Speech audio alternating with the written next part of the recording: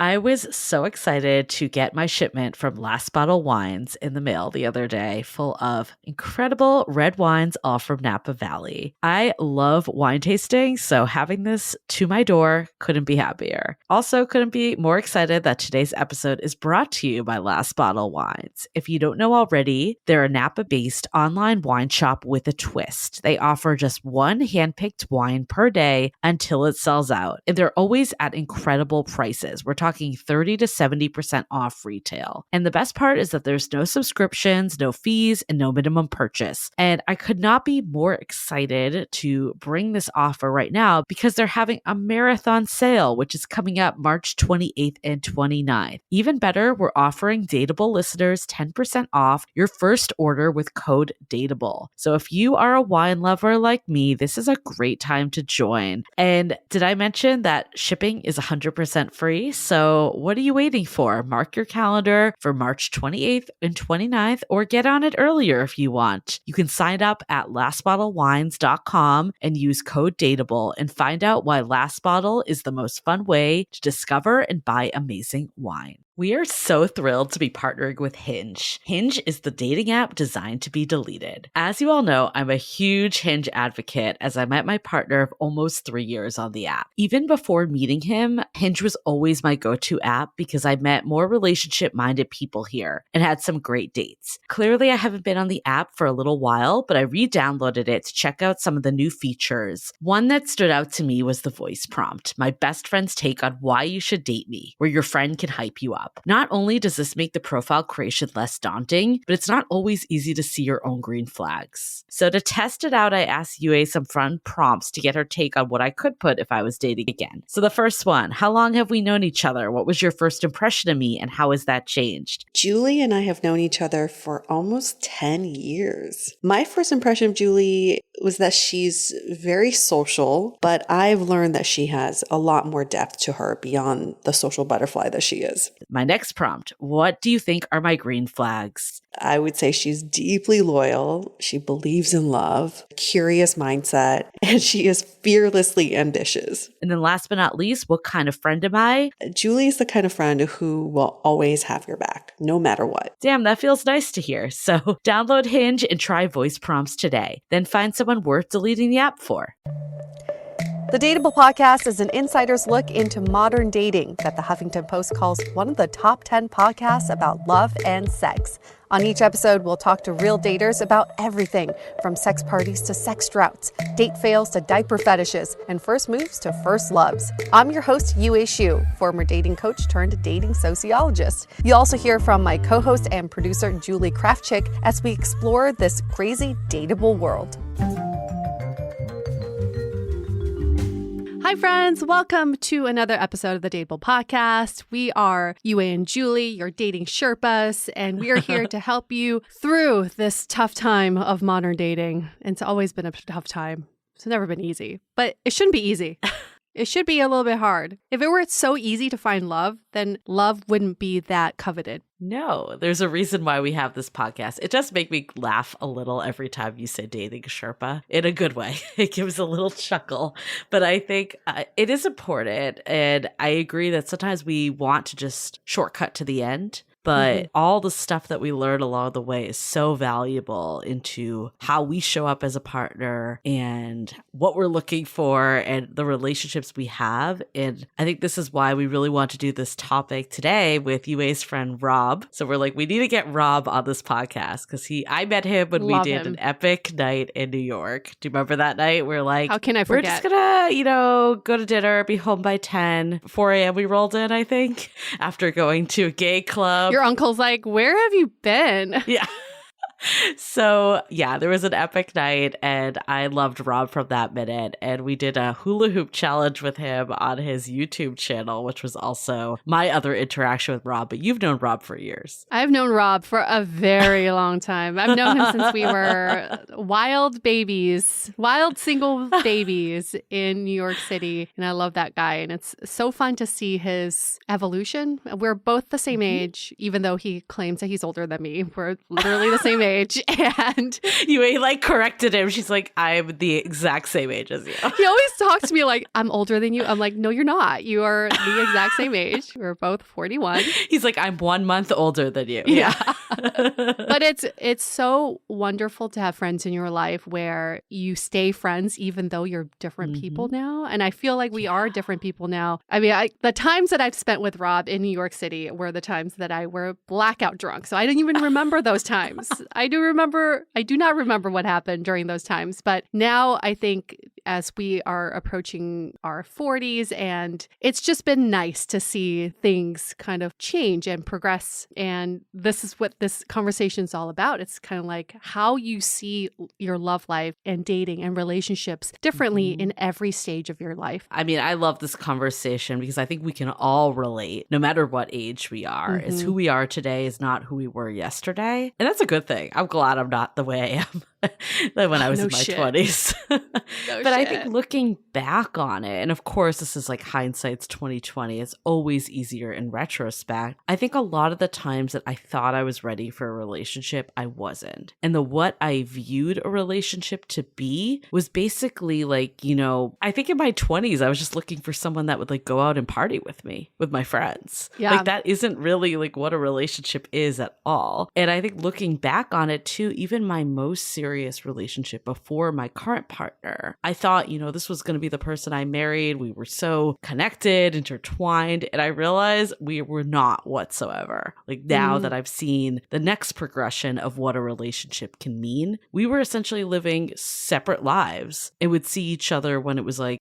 fun and convenient. And the hard times, it was always a push to like make this relationship work. Where I feel like, my current partner, we were joking that we wish we would have met each other 10 years ago. But then we're like, we couldn't because we wouldn't have found each other. One, I don't know if we would have, just where we were in life, we were ready for each other, but also what we wanted out of a partnership. And I think just we met each other when we were both looking for someone that we could share our lives with. And that's what we're doing. And honestly, it's changed my whole perception of what a relationship could be because I think I needed all these years to get to this place and this podcast, to be quite frank. This podcast definitely changed my way of thinking, but to get to the place that I am today. And quite frankly, your relationship's going to look different in 5 years, 10 years from now. Yeah. And that's the exciting part of all of this is you only know what you know. So right now, you know what a relationship is based on what you previously know. And then in 5 years, you're going to be like, wow, 5 years ago, I didn't know this about being in a relationship. And I agree. I think there are some relationships I've been in. Looking back, I'm like, that was not a relationship. I lived with someone for 8 months and I can't recall a single deep conversation that we had. We were just roommates who were having sex with each other. So it's, even if you're in a stage right now, maybe you're just starting dating, don't worry that you don't know the holistic picture of what a relationship is or should be. It doesn't matter. Go through what you need to go through right now because you just keep on building on that relationship knowledge. Yeah, we talk with Rob and we'll go into way more details about just, how you can start to look at like all the people that were in your path before as necessary. And, no relationship is wasted time. I really believe like even what you just said, Yue, it's like now you know that you need someone that you're going to get into the deep shit with, right? Like that's not enough. And I think we need to go through these experiences. There's one side that we can, get super clear of what we're looking for. And I think that's equally as important. But we also do need some of that real life experience to justify if what we think is actually what we need. Ah, so true. That's why I'm so excited that we're having this conversation with Rob. And I'm so excited we're kicking off Pride Month. Yeah. Beginning of June. Here we go. Perfect time to do it. Rob can speak to his experience as a gay man in New York City, which was very fun. But all of this is to, we said goodbye to API Heritage Month last month. And I think at the root of this, and Julie, I'm still having a hard time processing everything that's been happening in the world, especially with the Texas school shooting. And I think at the end of it all, the root of all of this is hate. There's just so much hate. And I'm speaking out loud about this because I'm still, talking to my partner about it. I'm like, it's affecting me in ways I never thought it would. And I realize that what we really need is just open communication. And so when we have these talks, like last week with Janet, speaking as an Asian American woman dating in the US, and then today we've got Rob dating as a gay man on the East Coast, it's not about us trying to relate, but it's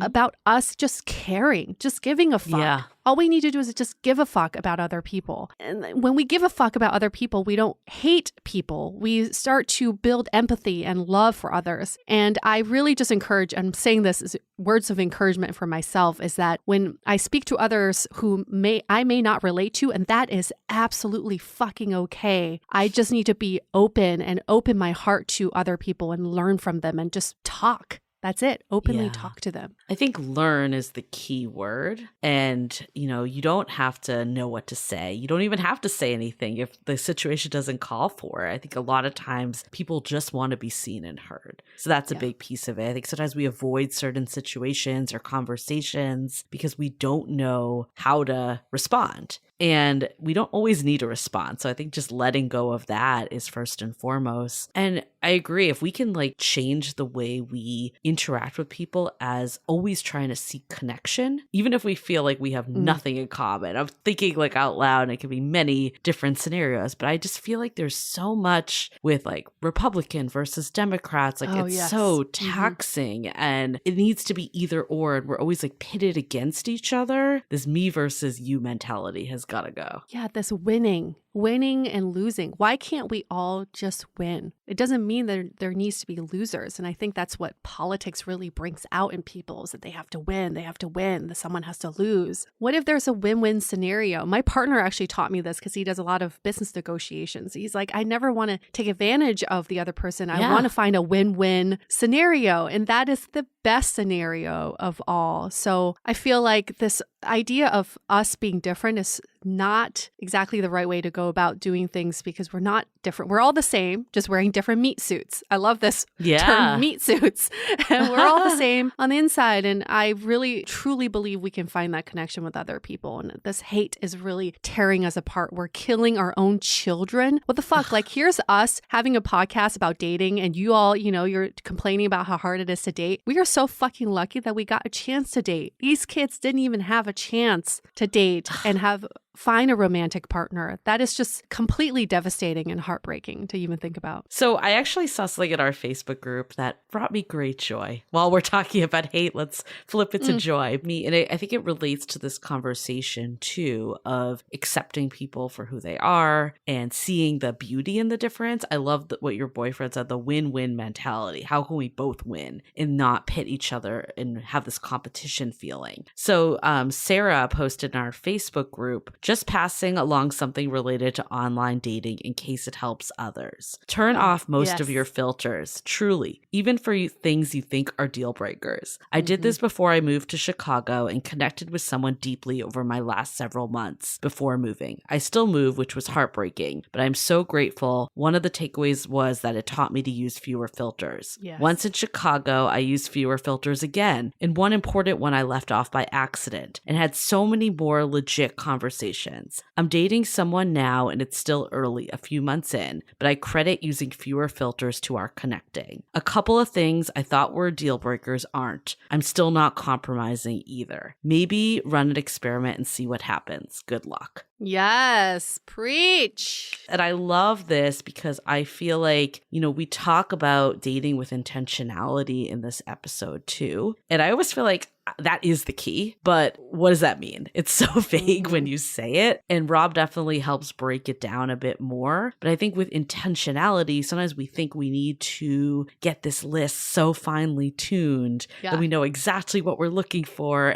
But I think a big part of intentionality is getting really clear on what matters. And I think oftentimes that's actually less is more in that situation, and having this open attitude and just seeing someone for who they are and not making them fit into a certain box you're trying to get them in, that's when the connection can happen. It's so exciting. I use that word a lot, but it's true. It's so exciting. When you keep your filters open, you really don't know who you're going to meet. But when you keep all those filters on, you almost can predict exactly the types of people you're going to see on the apps. So isn't it more exciting to not know what you could get? It's like dating roulette. You just don't know. Let's see what happens. Yeah. There's a comment that said, that reminded me of a quote I heard, "You're not lowering your standards, you're expanding your horizon." Ooh. And I love that so much. That's so good. We should post that on Instagram. Make it into a pretty quote. So I think this is hand in hand with the conversation that we're going to go into today. We invite everyone to reflect back on their own past and see how you can use this episode to gain that intentionality and see how you've been growing throughout this time. Yes.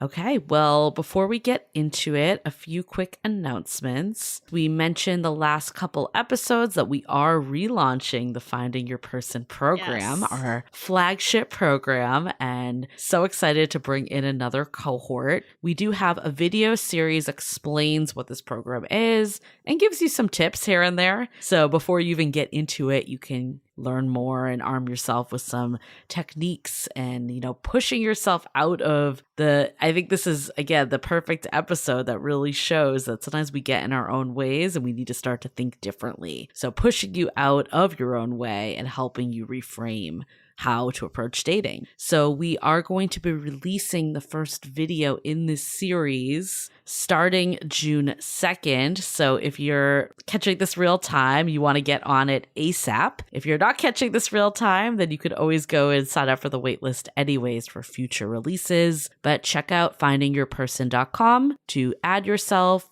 get those videos, and then also be the first to know when the program launches, because we do have limited spots and waitlist members will get it a day early. Just that website again, it's findingyourperson.com. And I just made a note for myself. I will post all the info on Instagram too. So you can find that in our stories. Awesome. Cool. And then I guess that's the next final call out. Follow us at DATEABLE Podcast so you can get that information and you can see all the other fun stuff we put up. UA makes the best stories, so do I love them. Okay, before we get into it, let's hear a message from our sponsors. This episode is brought to you by Murad Skincare, a line of clinically proven, cruelty-free products that meet the meticulous standards for safety, efficacy, and care you expect from a doctor. One of my favorite products is the Invisiscar Resurfacing Treatment, which I've already seen some results from using it for just a few weeks. Founded by Dr. Howard Murad, who is a board-certified dermatologist and trained pharmacist, recognized around the world as a visionary for his unmatched scientific innovations, Murad has also launched a digital magazine and a podcast called Well Connected by Murad, connecting the dots between science and wellness. Find the digital magazine at wellconnected.murad.com and the podcast Well Connected by Murad wherever you listen to your podcast. And for Dateable listeners only, go to murad.com and enter the code DATEABLE for 20% off and free shipping for orders of $60 or more. Again, that's murad.com and enter the code DATEABLE, DATEABLE, for 20% off and free shipping for $60 or more. Okay, let's take it away with Rob.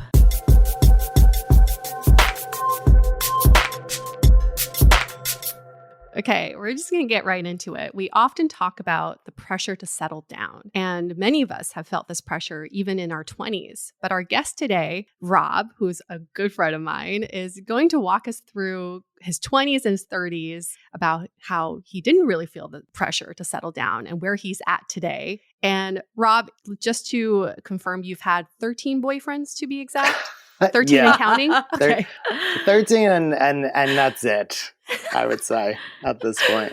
No, who is Rob? He is 41 years old, currently in New Jersey, born and raised, and he's in a monogamous relationship. And I didn't know about this, so I can't wait to hear about this relationship that you're in. So take us back to your 20s. What was your mentality about dating and relationships then? Well, I mean, you were there, so don't. I'm a gay man living in New York at the time. And it's just a free-for-all, really, when you're in New York. It's just another guy and another guy and the next guy. And so in my 20s, I really wasn't concerned with just like settling down or trying to find the perfect guy. I think even some of the guys that I've dated that were like serious boyfriends, I knew in the end weren't going to work out. And I just was there as like a serial monogamist almost. And I wasn't concerned with it. I had fun with them. We had things in common here and there. They just weren't, I knew in the end, if I wanted like a family and a house and all the whole thing, that they weren't probably going to be the one to do it with. I can relate to not feeling pressure in my 20s. Like I definitely was not thinking about relationships. And I think a lot of people are like that. So I think this is a really good topic. But what's interesting is that instead of choosing to be single, you opted for these relationships that you felt like were going nowhere. I feel like usually people are just like, I'll focus on my career, other stuff. What made you feel like you should be in relationships or want to be in relationships, even though there was kind of no end goal? Yeah, I just liked being in a relationship. I liked the steady sex. And if it was good,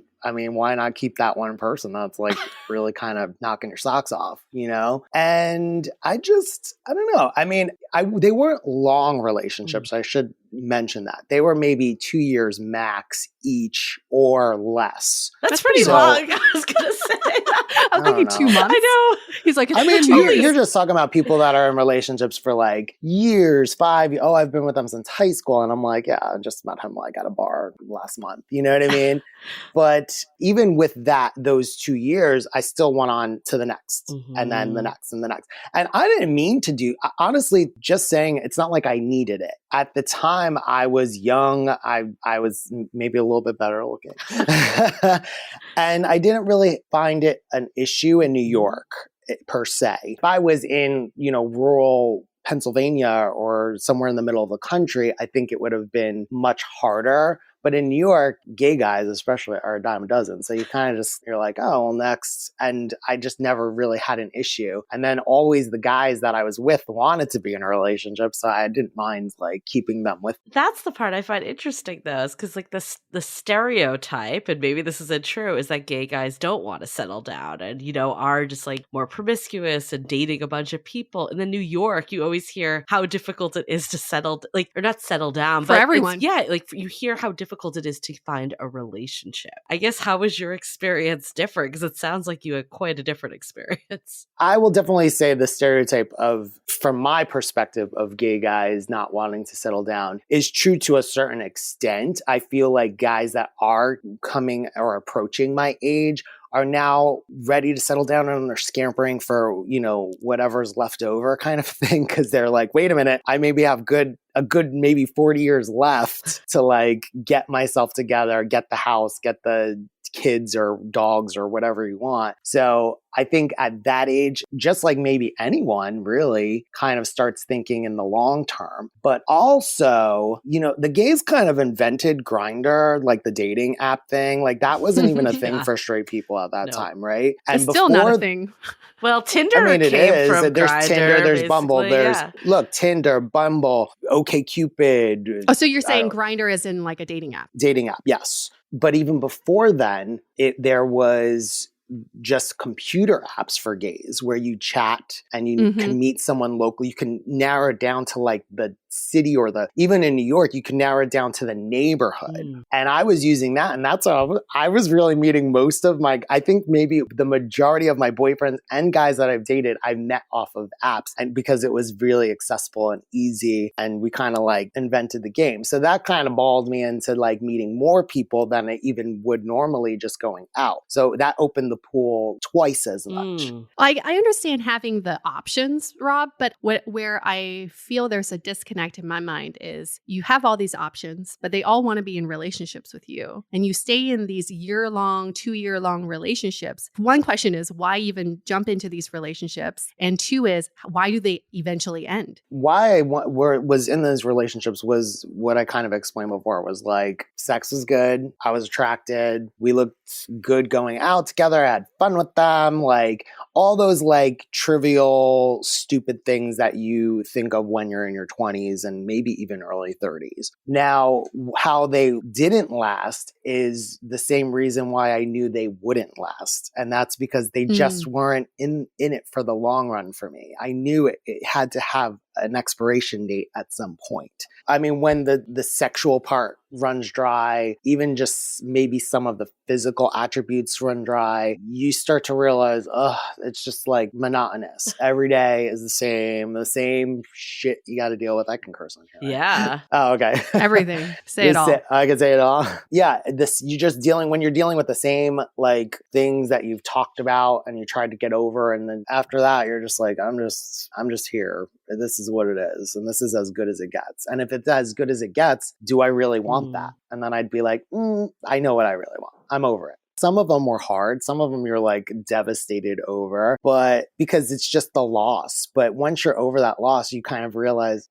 they would have never worked. That would have never have happened. You know what I mean? Yeah. But what's funny is in straight dating, if you date someone for 2 years, You're, that's like, a long-term engaged. committed. Yeah. Like you're meeting parents, you're meeting friends and family. It's, you're going to weddings together. Were you getting to this point with your previous relationships? Yes and no. Some of them were meeting. I would say a very small amount would come to maybe a family gathering or run into my parents every now and then, like whenever I was doing something, or meeting friends or friends gatherings. But I never brought any of them to a wedding, ever. Okay. I never really involved them in my life as much as I do my current boyfriend or my current relationships. And it's because of the same reason. I just knew that I didn't want to embarrass myself by introducing someone to my friend and then having them ask me, well, what happened to him? I'm like, well, it was not the one. And I knew that then and I know it now, I don't know. I was like reflecting about this too with my current partner, in my late 30s, and just being like, I thought I knew what love and relationships were, but I just didn't. My life was not intertwined with this person at all. I was kind of just doing my thing. They were doing their thing, and we were coexisting, but we weren't like a unit. And I think some of that is just age too, and like not knowing what you're looking for, not having any intentionality. Did you feel like you were kind of coexisting with these people more, or did you feel intertwined? No, I mean, I didn't live with most. I lived with one or two of them to be exact. That's serious. Well, yes and no. I mean, the first one had a job that he was away most of the time. So I was really here alone by myself. And then the other was more of like an 8-month relationship where I kind of moved in the middle. It's kind of like almost moved in, but I still had my place. So I was like really there most of my time. And then I'd come home every once in a while. But I guess, but I didn't really feel the need to move in with anyone. I wasn't trying to get that deep. Do you know what I'm saying? I was still always trying to have my separate space and keep my own self. So this is interesting. I love this conversation because Julie, you're saying that you're reflecting on your 20s and the relationships weren't intertwined. For me, it was the opposite. I was extremely intertwined with the people I dated because I didn't really have an identity yet. So it felt like whoever I was in a relationship with, we were creating an identity together. So we were, doing everything together. And what ultimately did not work out was the fact that I wanted to find my own identity and be more independent and not be so codependent. Now, with straight dating, at least in my experience, the reason for breakups is always something that's kind of dependent on, has to do with the future. Like you can't see you marrying this person, you can't see yourself having kids with this person, or there's just no long-term potential with this person. What I'm hearing you say, Rob, is interesting is that I don't think the marriage and kids thing really played a major part in your breakups. It was just, this doesn't feel good anymore. Yep, basically. But I also wasn't concerned with marriage or kids or anything at that point because I was like, I'm in my 20s, I'm in my early 30s. Like, I didn't really even see kids in my future. I think that's for some people who are really kind of like worried about getting in the pressure of a marriage or a relationship that leads to marriage. It's the core of root of it is usually childbirth, and I can't have kids. So that didn't really bother me too much. And if I did down the line decide to have kids, I could always adopt. And I knew I could do that at any age if I really wanted to. So I think in my standpoint, from a gay perspective, I didn't really have the pressure to reproduce. So I didn't really have the pressure to get married, right away, or feel like I had to be with someone, monogamously for a certain amount. I didn't feel that. I definitely can see that, because I know for me, like, I was not thinking marriage and kids at all. Like, that wasn't even crossing my mind in my 20s. Therefore, it made dating less of a priority. It's almost like, if that's your goal, then you prioritize it more. Well, can I ask you a question? Yeah. Was that because you didn't want kids, or is that because you just didn't think of it? I think I'm just not future focused. Like, I can't think past current day a lot of times. I've started to get more recently, but I think there's a couple things. I think one is like maybe I didn't have the best role models of marriage at that age. Like, it wasn't like something that I'm like, oh, I really want to aspire to this. And I was always drilled into my mind of make sure that you can take care of yourself first. That was always the message I received. So I was very career focused. So I think that was one piece of it. And then the other is, the future focused. It's hard for me to see things until I'm like in it. Like, I recently froze my eggs and people were like, that's weird, because usually people do this when like they don't have a partner. But I'm like, I couldn't see this until I did have a partner, if that makes sense. Yeah. And you're kind of saying, I don't know if I'm ready for kids right at this moment. Exactly. So if I'm like not in it in the moment, it's hard to actually push that direction. My brain, the way I operate, I'm assuming we have listeners out here too. And I think you bring up a good point, is like people operate in very different ways, especially in your early 20s when we're just trying to figure out life. Is for me, it was, I'm going to focus on the stuff that is a priority to me right this minute. But I also see where you're coming from. Part of my identity is being with this person almost. I didn't ever think that. I think I was always in the part where I wanted to focus on me and my goals and what I wanted to do first. Yeah. And then I just always felt like if you do what you want to do and you're on this path, someone along the way is going to be intertwined in that path because they have maybe the same interest or same job structure or same hangout spots or something like that. And eventually that person will come into play. It's almost like when you're trying to find it and you're trying to find the avenue instead of just focusing on your avenue, that's where you find the wrong people that don't fit. And that's where I found all the wrong people.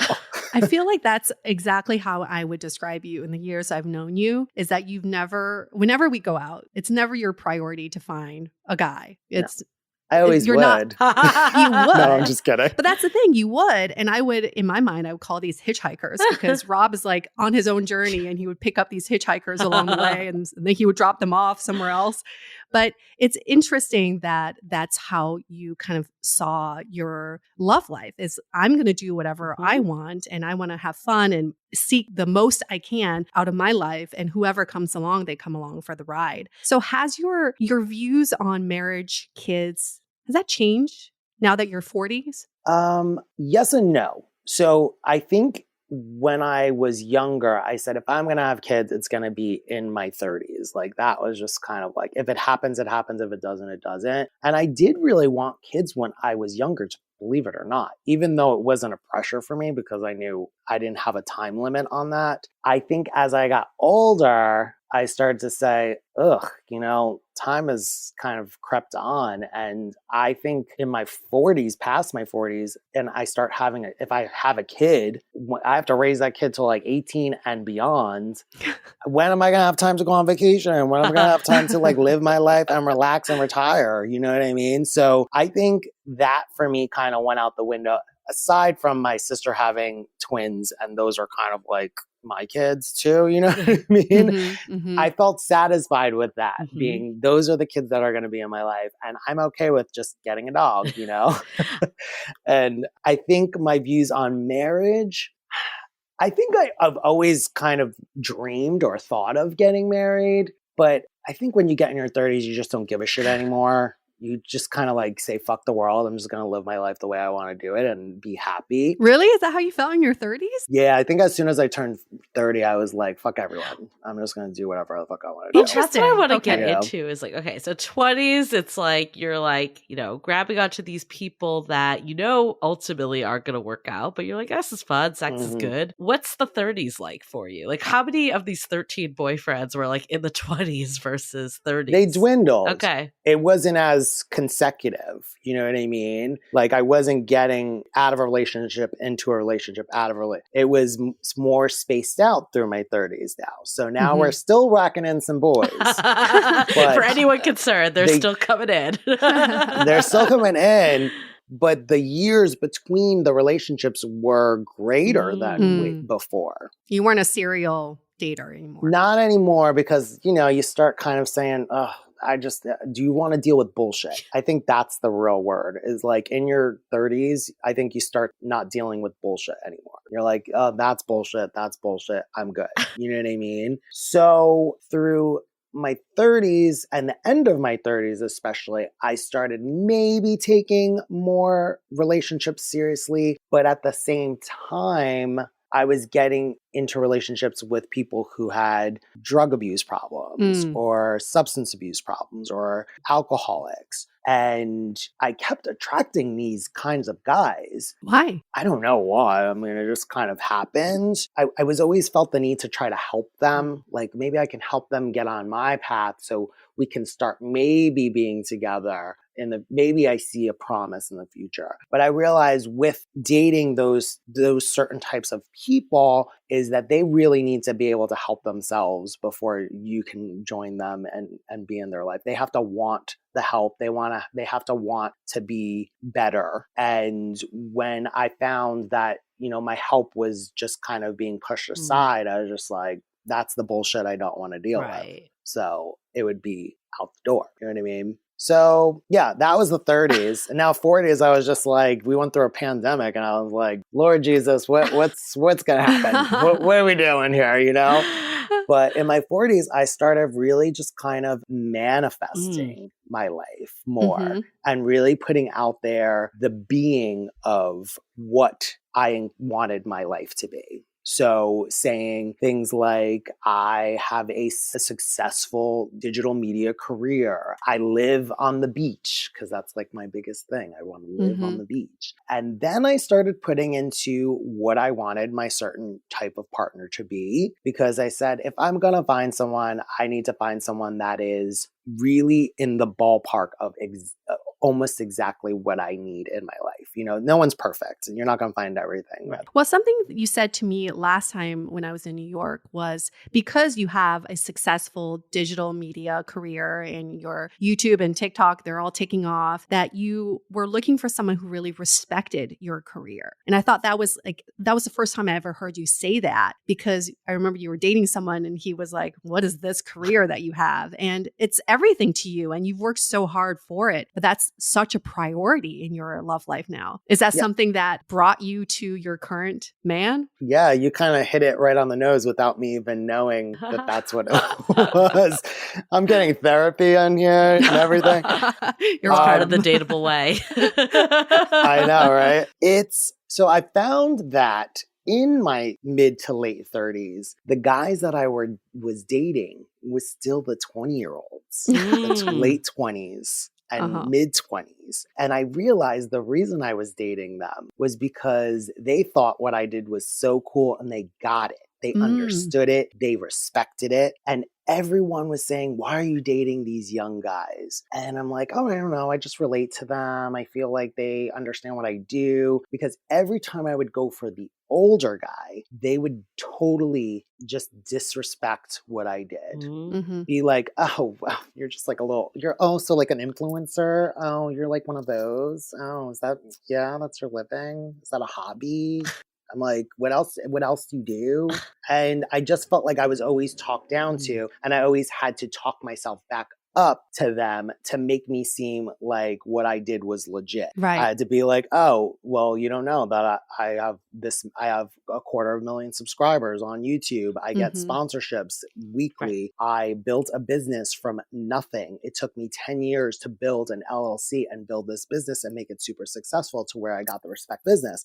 So anything else you want to say? And after that conversation, you just don't want to, that person's out already. You know what I mean? So I did. And that's what I ended up doing, is just kind of like putting out there what I wanted and how I wanted to be treated back. And that's the kind of person. When I found that person, I knew he needed to be older. I already knew that. I was like, okay, I get it, universe. I need to date older. It's just not working with the young boys. Well, it opens the other problems you were talking about, right? Yeah. So I mean, do you want to hear about that? I don't know if you want to share whatever you want to share. Anyway, okay, this is fun. I like this part. So during the pandemic, I started to just really focus on myself and focus on my career and what I was doing. And I was really kind of killing it, like working my butt off. But at the same time, I was like, I feel like it's time for me to maybe just find someone. But I'm not going to just try to find anyone to just be with them like I would in my 20s and my early 30s. If I find someone that I like, I want to know that there is potential for the long term. Is it marriage? Do I care about getting married? I mean, yes and no. I would like maybe the commitment if I'm really with that person, but that wasn't the important thing for me. I just wanted a partner that was older, respected me, and was totally independent, had their own life going on already. They were in their career, in their field, doing what they do and living their life. I don't need anyone to depend on me, and I don't need to depend on anybody else. And so I just put that out there. I just said, I have a partner who is this, and all the things that I just mentioned. And I just said it every day. I did the 3-6-9. I don't know if you know anything. No, what's that? I don't. Oh God, you put me on the spot. So you pick 3 things that are really important to you. You say them for 6 times a piece for ultimately like 9 minutes or 10 minutes. I may be wrong. Someone's probably gonna call me out. There is a theory to it where you just kind of chant. It's almost like a meditation where you're putting it into the universe, into your realm. And I just kept saying it. And I don't know if anyone believes in the spiritual. I don't think you even need to. I think almost when you're putting it out there, you're almost putting it back into yourself. Yeah. To be more open-eyed about, or just see everything for what it really is. And you start to focus on the things that you have put into your head that are already out there. Then you'll notice, oh, that person. And as soon as I did that, I started to date much more quality men, men that had careers, men that they may not have everything, but they were just kind of moving towards the path. They wanted something in the future. They wanted a house on the beach, which was like, oh my God, if I could find that'd be amazing. And until I found my recent boyfriend, who, by the way, doesn't like to be called boyfriend. He man friend? Man friend, partner. I hate that. I don't like partner, and he doesn't like boyfriend. So I was like, I don't know what we're going to do. You're my boyfriend. One of you calls one and the other one calls the other. Yeah. But he's older. He's about 8 years older than me. Okay. 48.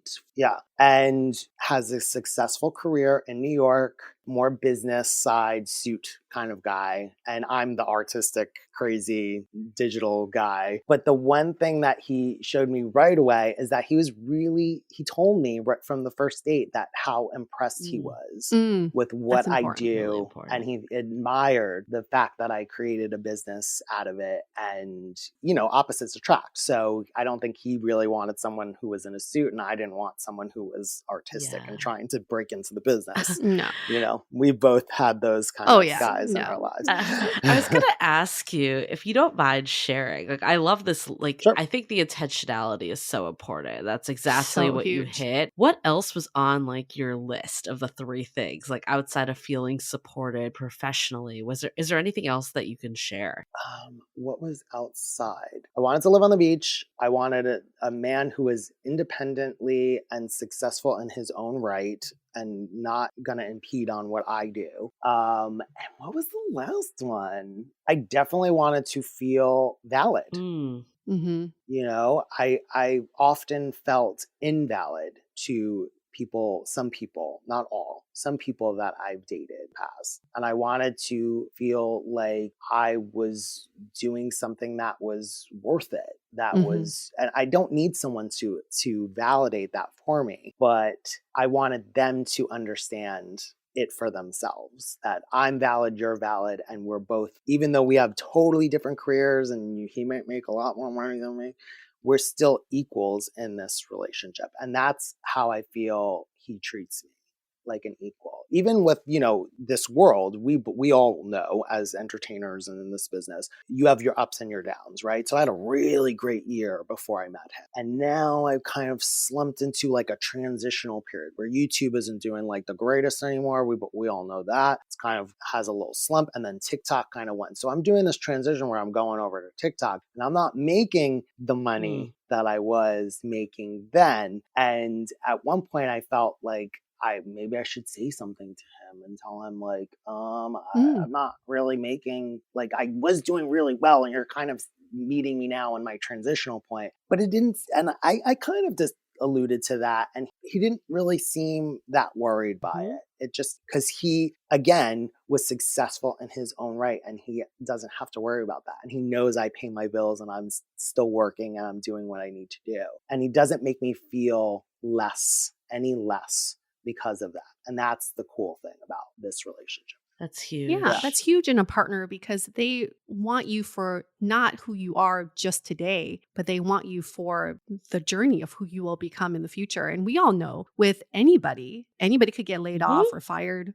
Any day. Anybody could have a disability or experience some sort of adverse event, and that's all unpredictable in the future. So you, like, a good partner is not going to judge you for, what you are going through today, because you're going to go through a lot of shit. And I want to bring this back because I know a lot of people are going to be thinking about the 3-6-9 method you're talking about. So I looked it up because I know people are going to be like, wait, Rob manifested a man friend. I want to manifest something too. So the 3-6-9 manifestation method is where you write down the object or feeling that you want in your life, and you say it 3 times in the morning, 6 times in the afternoon, and 9 times at night, because these are divine numbers. And it was started on TikTok by a TikTok influencer. So there you go. Well, 3-6-9 actually precedes whatever this guy on TikTok did. That's like an old adage thing. Yeah, it's an old. Is it? It's an old. They just made like, it cool ancient again. Kind of is what they did. thing. They just made, but they just brought it to light. And I honestly, I'm not even gonna lie, that's where I saw it. So you're like, I can't make fun of it too bad. You know what I love about this story so much is just, we always say, like, intentionality is the one thing that we see as a common theme about people that have found their people and gotten out of that slump of the love life they don't want. But I feel like sometimes by saying intentionality, it's so vague. And people are like, okay, but like, how do I like become intentional? What do I do? So I love that there is like this method is one example. I'm just thinking like back to what you just told us. It's like, I feel like in your 20s, you were kind of just like going through life, whoever came around, stuck with it until why not? And it was very not intentional and not in a bad way. You just have to go through different periods to get to where you are. But then there's the other side, right? To that where you have, I don't want to stereotype, but you have maybe more towards the women or people who can procreate that are like, I've known girls who were like, I just want to get married and by 26, I want to be having kids. I want this. Biological clock. And I was just like, girl, slow down. You got like your whole 20s to go through.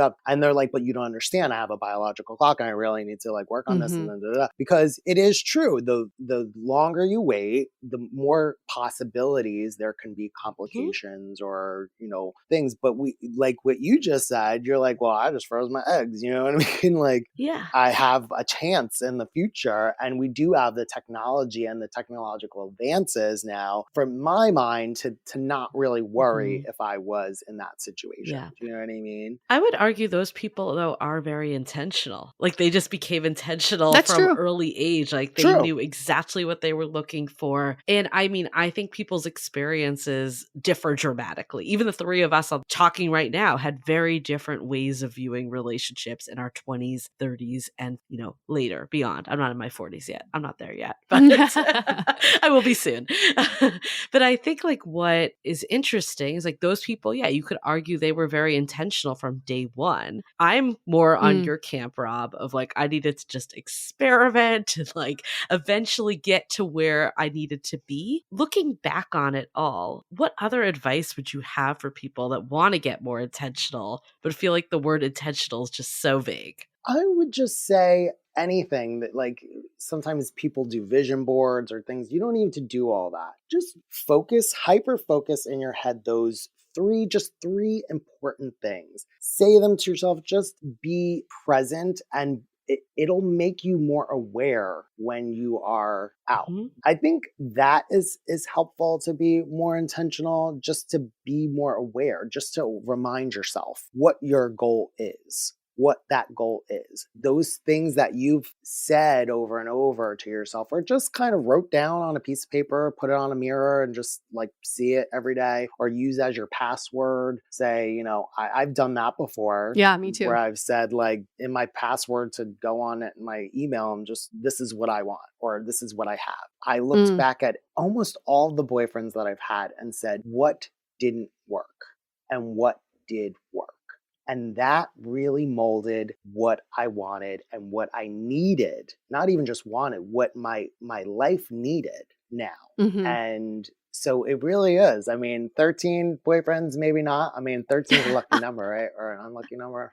I feel like people could pull out 13 people if they tried. Yeah, it doesn't have to be relationships. Could be crushes. Yeah. And I find it funny that people kind of were like 13 boyfriends, but it's not like it's over these 20, maybe more, right. 22, 3, 4 years of when I've been dating. And, you know, not all of them were long. Some of them were a couple months. Some of them were 2 years. And some of them one lasted 2 years. And then he had me on on hold for like 5, you know? So I felt like it was like, I couldn't do anything because he kind of was in and out.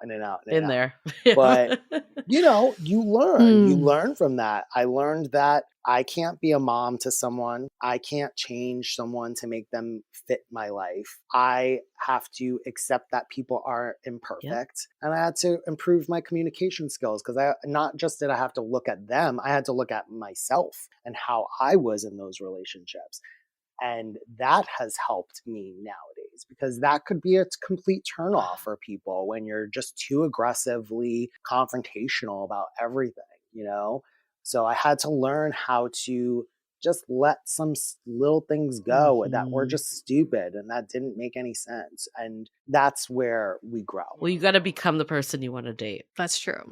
Let's hold that thought for a few messages. This episode is sponsored by Via. We all know there are things that can help set the mood in the bedroom, but did you know a little THC could also do that? Yes, Via has developed a unique blend of pleasure-enhancing cannabinoids, libido-strengthening herbs, and a low dose of THC all into one mind-blowing gummy called High Love. This gummy, wow, it will awaken your senses, increase blood flow, and intensify any sexual experience. I've been pleasantly surprised by the High Love gummies because it is just the right amount of THC for me to have a good time without feeling sleepy. And hey, if THC is not your thing, Via also offers a wide array of other gummies without it. And everything legally ships in 50 states with discreet packaging directly to your door. So if you're over 21, you can get 15% off and a free pack of award-winning Dreams THC plus CBN sleep gummies with our exclusive code DATEABLE at viahemp.com. That's VIIAHEMP.com. Let the gummies work their magic. Head to viahemp.com and use the code DATEABLE to receive 15% off and one free sample of their Sleepy Dream gummies. That's viahemp.com and use the code DATEABLE at checkout. Take your passion and pleasure to a whole new level with High Love from Via Hemp. As you know, I recently left my corporate job and I've been in total recovery mode, all about self-care. One of my new routines is the nighttime shower before bed. There's just something about washing away the day day and that reflection that's been super helpful for me. I've been using one of our partners, Osea's Mega Moisture Duo. This combo body oil and body lotion are so freaking incredible. It literally feels like I'm at a spa. I realized that the secret is seaweed and other skin level ingredients that are normally reserved for face products. And that's why I was so excited when Osea became one of our partners. And, we're so grateful for partners like this because one, they keep the show going, but they're also super good for all of our listeners and for our own well-being. So if you want to have that nighttime bliss like I am doing, you can get 10% off your first order site-wide with code DATEABLE at oseamalibu.com. You'll get free samples with every order and free shipping on orders over $60. So head to oseamalibu.com and use the code DATEABLE for 10% off. Let us know which products you end up going with. Share them in social. Super excited to see what you end up choosing.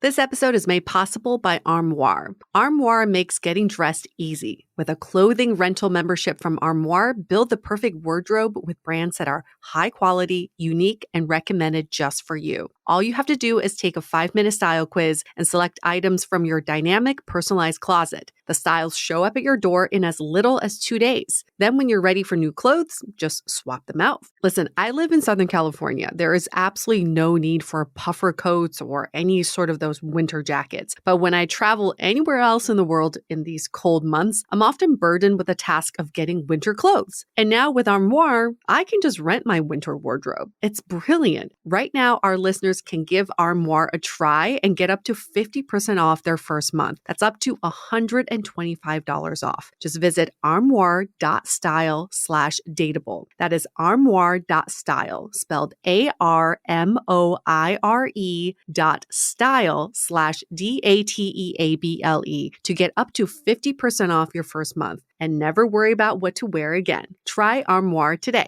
Here's an observation about you, Rob, is I think you are now at a point where you're looking for a true equal. And I think for a while, you were looking at people who were not your true equal because maybe there was something going on in your own life that you wanted that extra validation from those 20-year-olds who think you're doing the coolest thing in the world. Yeah. But now you're dating someone who is your true equal and also challenges and inspires you to do even more and do better. And I think that's sort of when people ask, like, when should I be in a relationship? When am I ready for a relationship? I think that's it right there. When you feel like you're ready for someone to be your true equal, and you're at a point in your life where you're not looking for someone to fill your other half or to make your life better. Your life, you are already at that point and you're looking for someone to share your life with. That's key. And I feel like in my 20s, I was looking for people to save me, to make my life better, to make me happier. And a relationship does not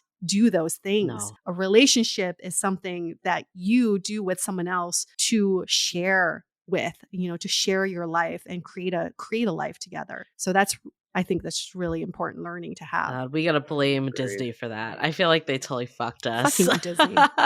It's like all the wrong save me. expectations of what it is. Thank God for podcasts like this. Just saying. I know. Seriously. There's a reality, to it. And you gotta kind of live in reality, not in the fantasy. Sorry, Mariah. Sorry. Fantasy. How do we get to the right goals? So my question for this is because your intentions could have easily been like, I want someone over 6'4", makes $500,000 a year and graduate degree from Stanford, whatever, right? Mm-hmm. That doesn't really help you. But your intentions were, I want to find someone who respects my career. I want to find someone who's independent. So I'm curious to know how you were able to come up with these intentions during this time, during COVID, when your career's thriving and you're feeling very independent. How are you able to arrive at these qualities? Maturity. Turning 40. Because those petty things that you mentioned would be something I would think of when I was 23, 24, 25, looking for the hot guy. You know what I mean? It's my experience of prolonging trying to be with that one person or get married right away that has helped me really understand myself better, because I don't really think come on, let's get it real. You don't really know who you are until at least your 30s and beyond. You're still a kid when you're 20. I mean, for the most part, mostly immature in that sense. I think that as you go through life and you go through those experiences and you experience those bad experiences, you really understand what is important and what is not. And the other day, I think I was watching a show or something, and this one guy was like, oh, it's just guys like sex and they like to get girls and da da da da. And, the sex is like that's really important. And then you start to think now, and I'm like, yeah, it's important. But what happens when that's gone?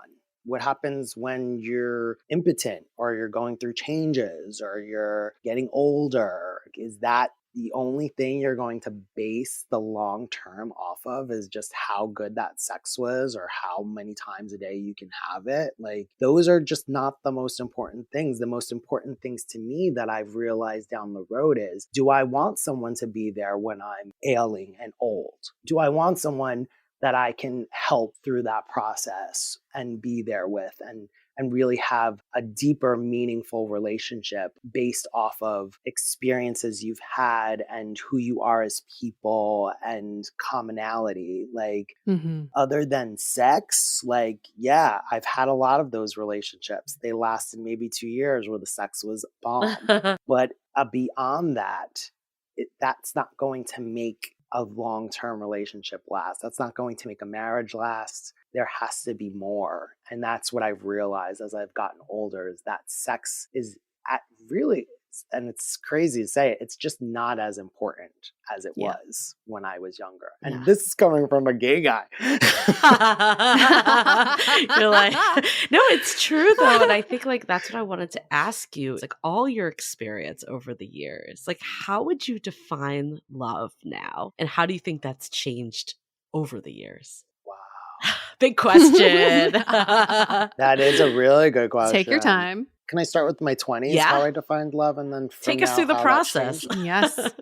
In my 20s, I loved a cute face. I loved a tall guy. I loved someone who liked to love, who loved to love, right? Cuddle and affection. And that to me was the ultimate love, that I could find this hot guy that would good at sex and just like loved to love, right? As I've gotten older, I see that that's not really what it's all about. The successful part is the communication, the trust is super important, and just being able to be open, honest, and even to a fault. Even if the other person's going to get mad, if you can tell them something that that you gonna work through it, I think that is what is a successful relationship. I started this new relationship being almost a totally different person than I've ever been in the past. Not that I've never been honest, but I think my communication, the way I approach things now, the way I'm considerate of my partner, and because I'm a very aggressive person, I'm a very confrontational person. So I will tell you which way to go. And now I realize that sometimes that approach can be very harsh on someone who is more of an introvert. And I have to focus what I want to say to that person without it coming off in a tone that is real sassy and New Jersey like I normally would, and just get to the meat and potatoes of it. Don't try to bring things up from other things. Focus on the thing and say, this is what I'm hurt about, and try to find a way to be in that calm space to talk, not argue, not yell back and forth, not get nowhere. And I find that with this relationship, that's super successful for me to sit down and say, this is what has been bothering me. Let's just talk and sit and get through this, And I think I've opened a channel up for him as well, who's a very non-confrontational person. And I think we've come to a place where we understand that there's no holds bar. We can say anything to each other, no matter if it's good or bad, and we will find a way to communicate and talk through it and try to get past that. And I think that is the main successful thing. Because if you get stuck on jealousy, if you get stuck on stupid petty fights that you can't drop, it's like it's not gonna work. Right. You got to find a common place for each other. I mean, I love everything you just said, and I relate so hard because I feel like, the person that you are today is not who you once were. And sometimes we just want to skip to the end. We want to just meet that person so we don't have to date. We don't have to do the whole thing. This will kind of lead me to takeaways, but I think the biggest takeaway I have is that no time is wasted. And all of these experiences are making us the person that we want to ultimately be in a relationship and give us the skills for a healthy partnership. Like, I know myself, I would not have been in a healthy partnership with the people I was in dating when I was in my 20s. And,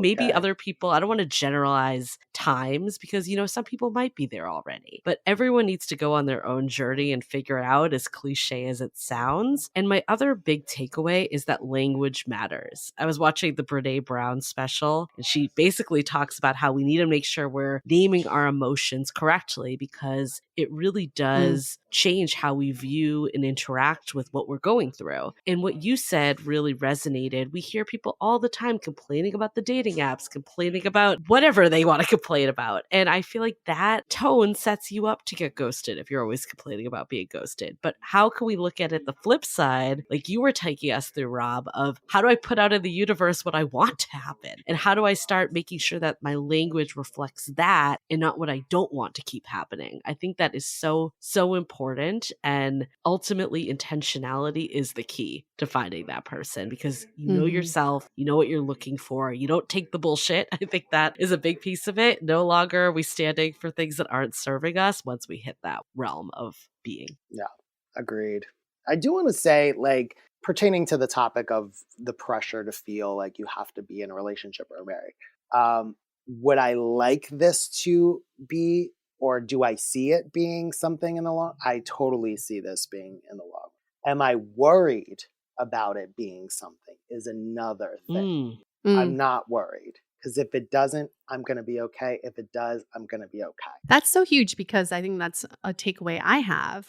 A lot of times we put so much pressure on ourselves and anxiety because we're looking at this end goal and we evaluate the people we date and are in relationships with based on this end goal that hasn't even happened yet. And I like that this hitchhiker mentality of where you live your life and you get your life to a good place and whoever's there to support also your journey and you get to support theirs, that's the person you keep going on this journey with. And if they drop out, they drop out. That removes the pressure from this whole dating process. Now, of course, there's the biological clock, and I think we can't really speak to that on this episode. I get that that's separate pressure, but when it comes to just the pressure of finding a partner, it makes sense, like what Rob's done with 13 boyfriends, is to get into relationships because that's how you learn how you relate to other people. And I love the fact that you can look back at like your different decades, who I was dating in my 20s and my 30s, and that feeds into who you are currently dating. That's just fantastic historical data that we can all have versus people now who are, we call this relationship chicken, where they're so afraid of getting into relationships that you are actually missing data points of who you should be with in the future. I love that because you don't even have to have 13 past partners. Like, of course, if you do, that's great. But if you don't, that's okay. You could pull from people you went on one date with. You can pull from family members or friends, like any relational experience that can give you an indication of what you're looking for. Everyone should do this exercise after listening. Your 20s, your 30s, however old you are, just go into different decades. Who was I with? Who was I surrounding myself with? And what was I learning and feeling in that time frame? Love that. Any last remarks? Anything else you want to say, Rob, for anybody who's listening and kind of having a hard time dating?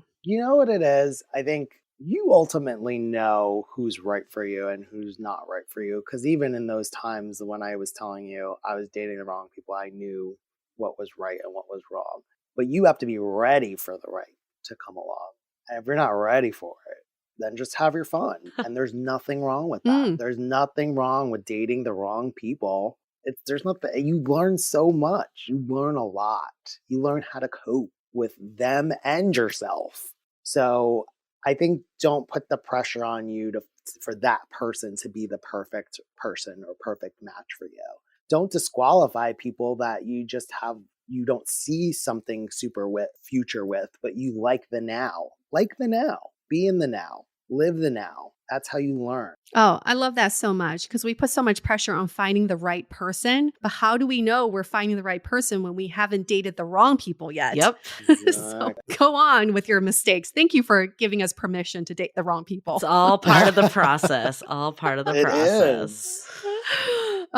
Thank you so much, Rob, for telling us your stories from these 3 decades, or at least 2 decades, and now starting the third. And starting my third. Very exciting stuff to come. And congrats on what sounds like a very healthy relationship that you're in. If people want to find out more about you, especially your budding digital media career, where can they find you? You could find me at On the Cheap Tip, anywhere really. I'm on YouTube and I'm starting like a big TikTok. TikTok's kind of an uptake for me, and it's all about giving you like cool decor tips for cheap. And I go to Dollar Trees. They call me the DIY daddy. So, and if you want to find a gem on there, you can find UA and I doing a hula hoop challenge. Yeah, that's going to drive all of our listeners over there right now. Yes, I almost forgot to mention that. I probably should have told anyone about that. We did a hula hoop challenge on my YouTube channel, and it was a lot of fun. We had a good time with that. I had a good time. I don't know about you guys. I had a great time. Really good. I was impressed by it. So yeah, if anyone wants to watch UA and I, UA was slightly better at hula hooping than I was. Can come on the channel, Rob's channel, and find us. But didn't you have a better time when you like were hungover the next day? You were well, like, I was using the hoop wrong for like half the time. And then my boyfriend was like, I don't think you have that on you right. Like, I think it's like should be a lot lower. And I'm like, oh, that's so much easier. Yeah. That's funny. What a nice tease for that episode. Well, we should link that in our show notes. We'll link it. Don't want to get a good laugh. Feel free. Comment and subscribe.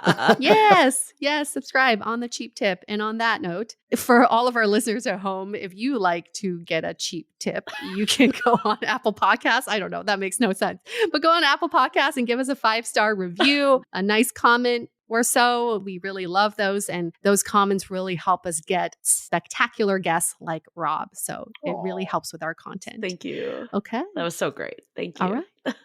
Thank you. We're wrapping this up. Stay dateable. The Dateable Podcast is part of the Frolic Podcast Network. Find more podcasts you'll love at frolic.media/podcasts. Want to continue the conversation? First, follow us on Instagram, Facebook, and Twitter with the handle @DateablePodcast. Tag us in any post with the hashtag StayDateable, and trust us, we look at all of those posts. Then head over to our website, dateablepodcast.com. There you'll find all the episodes as well as articles, videos, and our coaching service with vetted industry experts. You can also find our premium Why series where we dissect, analyze, and offer solutions to some of the most common dating conundrums. We're also downloadable for free on Spotify, Apple Podcasts, Google Play, Overcast, Stitcher Radio, and other podcast platforms. Your feedback is valuable to us, so don't forget to leave us a review. And most importantly, remember to stay dateable.